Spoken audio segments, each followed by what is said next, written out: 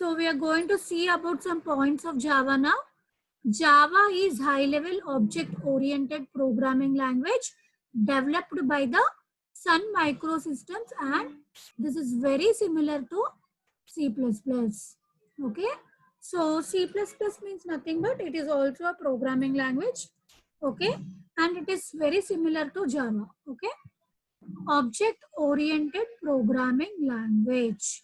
Whatever the thing C programming we learned in first year, that is nothing but structure-oriented programming language. Okay, that is structure-oriented.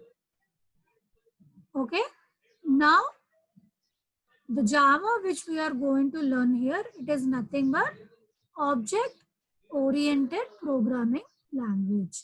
That means we will create objects for the programs.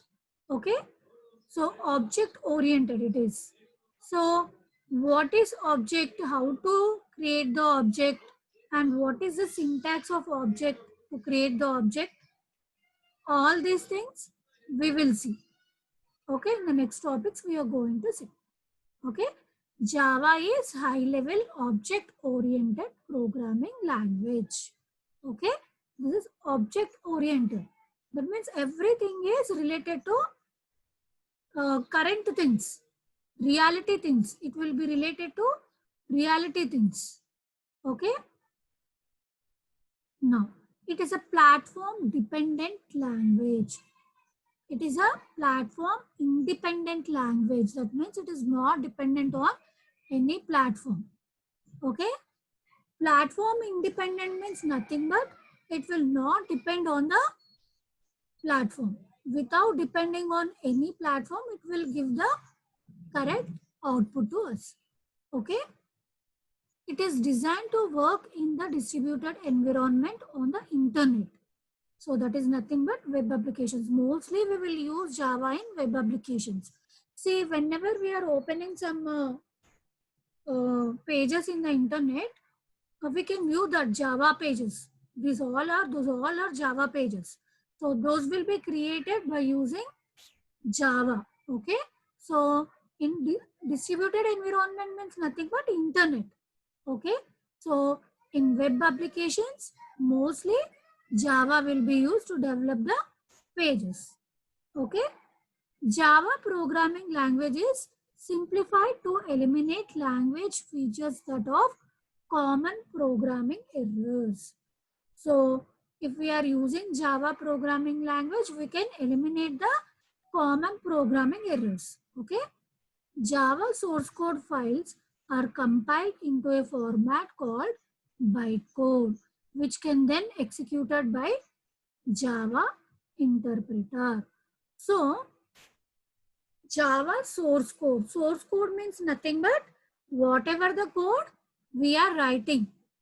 Okay, whatever the program we are writing in the notepad, that is nothing but source code. Okay, that can be called as source file also, source code file also. Okay, so what we are doing after writing the program, we are compiling the program. Okay, so after compiling the program, if you are not having any errors in the program, if you are not having any errors, then we are running the program, right? So in the meanwhile, when we are in the meanwhile means compiling, in the process of compiling and running, one file will be generated. Okay. See, after compiling the program, one file will be generated. Okay. That is nothing but bytecode. In that file, bytecode will be there, which can then executed by Java interpreter. Okay. So interpreter means what, ma? Line by line, the statements will be executed. That is interpreter. So the bytecode will be executed, interpreted by the interpreter to give the output. So what is the process here? Once again, let me tell you. First, we will write the program in the notepad. Okay. After writing the program, we will save the file. That is nothing but Java file. It can be called as Java file. Okay. Then after saving the file, we should compile the program. Okay. When we will compile the program, automatically one file will be generated. Okay. So where it will be generated? Okay. For example, if we are saving the program in D drive, there itself this file will be generated. Okay. So after compiling the program, this file will be generated. Okay. After compiling, what we are doing, we are running the program. Okay. So when we are running the program, what we are thinking that somehow we are getting the output. Only that thing we can see. But internally, what is happening here? The bytecode. What do you mean by bytecode? After compiling the program, we are getting one file, no? The computer is generating one file. That is nothing but bytecode. Okay. So that bytecode will be interpreted. That means executed by the Java interpreter. Then we will get our output on the output screen. Okay. Then to eliminate the security limitations of procedure-oriented programming language, say for example, C and parcel. Okay. So you don't know what is the meaning of parcel. So we know about C. So C is nothing but procedure-oriented programming language. Okay. See, here one mistake is there. Ma. This is not parcel. This is Pascal. PAS.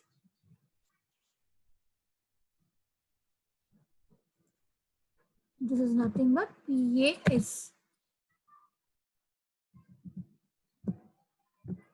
Pascal. Okay. C and Pascal. Okay. So these are nothing but procedure-oriented languages. We don't know anything about Pascal, but it is now we know about C. Okay. So what is C programming? It is a procedure-oriented programming language. Okay. So to eliminate the security limitations. Okay. So this C is having one limitation. What is that? Security. Security problem it is having. So to eliminate that, we are using another model of language called object-oriented programming language. Okay. That is nothing but OOPS. The language or technology like Java and .NET are treated as object-oriented because they satisfy completely all the OOPS principles. Okay. So OOPS means nothing but object-oriented programming structure. So it is having some principles. So Java is satisfying with all these principles. That is the reason why Java and also .NET are treated as object-oriented. Okay.